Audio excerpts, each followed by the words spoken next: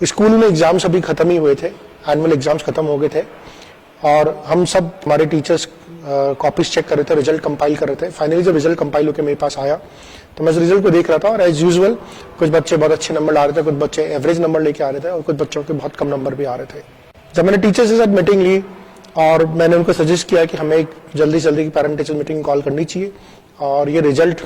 Parents के साथ share करना चाहिए। मैं इस ओपिनियन में भी था कि हमें पेरेंट्स को, बच्चों को उनके बच्चे की कॉपी भी दिखानी चाहिए। तो जैसे मैंने ये प्रपोजल मीटिंग में टीचर्स के सामने रखा तो काफ़ी सारे टीचर के फीडबैक मेरे पास आए, जो मेरे यहाँ पे खुद पढ़ाते हैं उन टीचर से फीडबैक आए कि सर हमें बच्चों को कॉपी नहीं दिखानी चाहिए। जब मैंने उनसे पूछा क्या लॉजिक है तो उनका लॉजिक ये था कि सर जो बच्चा अच्छा कर रहे हैं वो तो ठीक है, लेकिन जिन बच्चों के नंबर बहुत कम आए हैं अगर हम उनके पेरेंट्स को उन बच्चों की कॉपी दिखाएंगे तो ऑब्वियसली पेरेंट्स की ये बहुत एक मुश्किल सिचुएशन हो जाएगी जिसको हैंडल हम नहीं कर पाएंगे।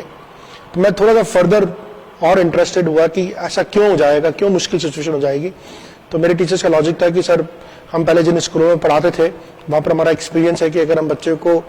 कॉपी दिखा देते हैं फाइनल एग्जाम्स की तो पेरेंट्स एलिगेशन लगाना शुरू कर देते हैं, ब्लेम करना शुरू कर देते हैं कि आपने बच्चे के साल भर पढ़ाने के बाद इतने कम नंबर कैसे आए, और वो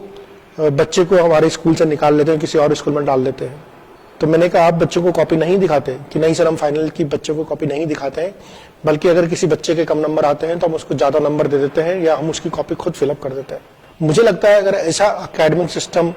अगर हम फॉलो करते हैं जहां पर बच्चों को फाइनल एग्जाम्स की कॉपी नहीं दिखाई जाती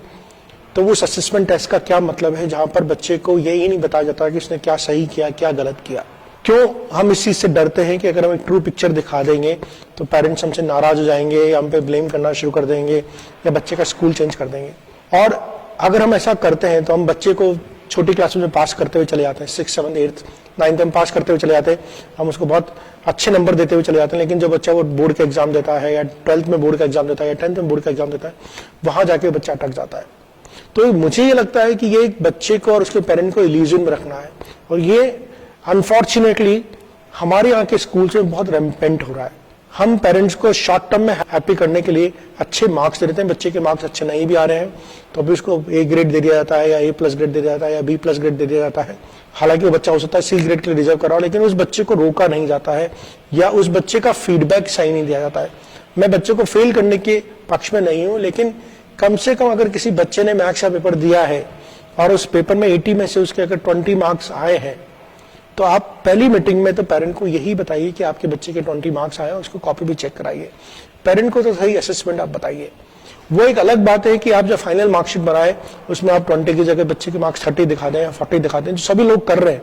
लेकिन एक रियल पिक्चर तो आप पेरेंट को दिखाइए। हम पेरेंट को जब रियल पिक्चर नहीं दिखाते हैं और उसको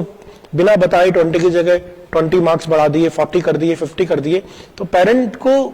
एक बहुत बड़ी गलतफहमी होती है, बच्चे को एक बहुत बड़ी गलतफहमी होती है कि वो शायद बहुत अच्छा कर रहा है और वो गलतफहमी उसकी बहुत जल्दी दूर हो जाती है जब बच्चा वो 10th में जाकर अटक जाता है, 3rd डिवीजन से पास होता है या बोर्ड में फेल हो जाता है। तो ये जो साइकिल चला है कि हम मार्क्स को इन्फ्लेट करते हैं या मार्क्स को हाइड करते हैं to avoid the blame game, ये बहुत गलत है। मेरी सब स्कूल से अपील है कि वो बच्चे को फाइनल की कॉपीज जरूर दिखाएं। आपको मार्क्स इन्फ्लेट करना है, आप पेरेंट को कॉन्फिडेंस में लीजिए, मार्क्स इन्फ्लेट कीजिए, बच्चे को नहीं रोकना है, मत रोकिए। पर एक बार आपने जो टेस्ट पेपर बनाया है, आपने जो असेसमेंट किया है, उसका रिफ्लेक्शन, ट्रू रिजल्ट आप बच्चे से और उसके पेरेंट्स से जरूर शेयर करें, कॉपीज जरूर दिखाएं। उनको मालूम पड़ना चाहिए कि बच्चे ने क्या मिस्टेक्स करी है। पेरेंट को कभी भी इस गलतफहमी में, मुगालते में मत रखिए कि आपका बच्चा बहुत अच्छा कर रहा है। पेरेंट टीचर्स मीटिंग का ऑब्जेक्टिव भी डिफीट हो जाता है अगर हम इस तरह की डबल स्टैंडर्ड्स यूज करना शुरू करते हैं। अगर स्कूल्स एकेडमिक परफॉर्मेंस को रिफ्लेक्ट नहीं करेंगे तो कौन रिफ्लेक्ट करेगा? Thank you.